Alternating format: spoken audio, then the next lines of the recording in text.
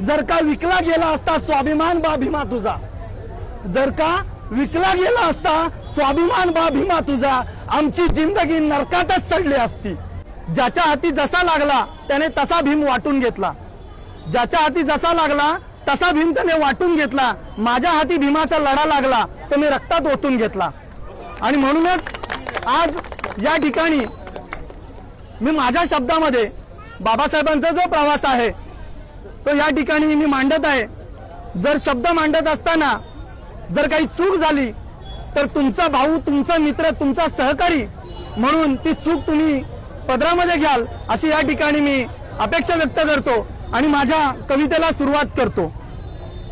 मी सांगेन जगाला ओरडून, मी सांगेन जगाला ओरडून माझा भीम कसा जगला होता, मी सांगेन जगाला ओरडून माझा भीम कसा जगला होता।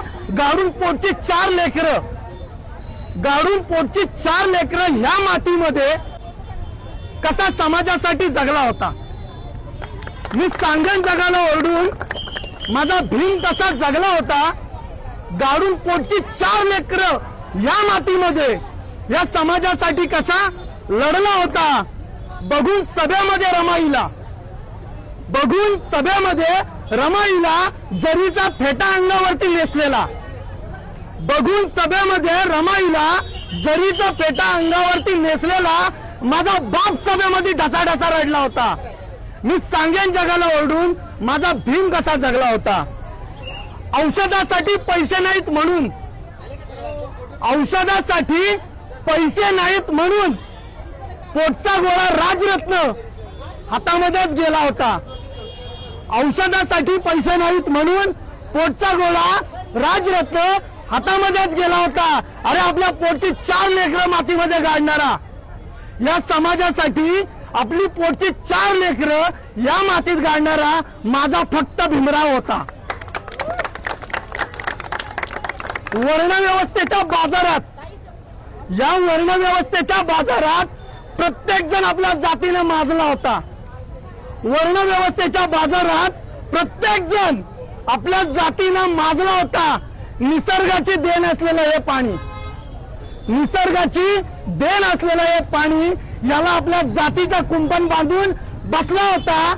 त्याच वर्णव्यवस्थेच्या छाताडावर, त्याच वर्णव्यवस्थेच्या छाताडावर भीम माझा थया थया नाचला होता।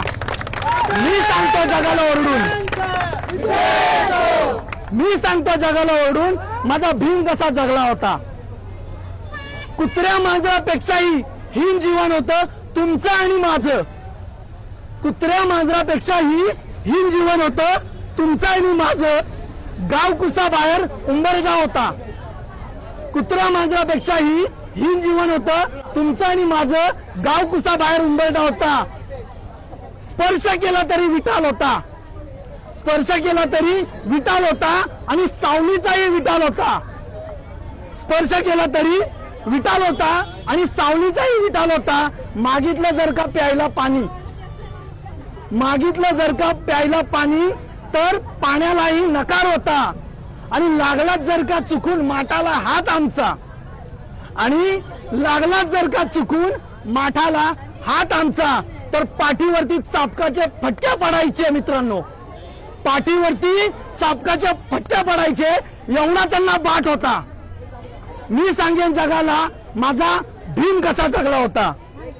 6 डिसेंबर 1956 ला, 6 डिसेंबर 1956 ला हा धगधगता अग्नी शांत झाला होता।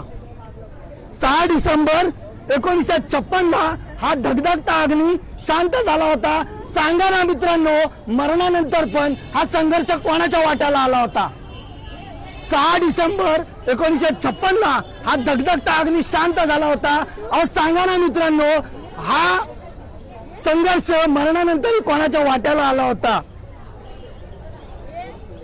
जाळण्या चिता भीमाची, जाळण्या चिता भीमाची त्या शिवाजी पार्कवर विरोध कोणाचा होता। जाळण्या चिता भीमाची त्या शिवाजी पार्कवर विरोध कोणाचा होता।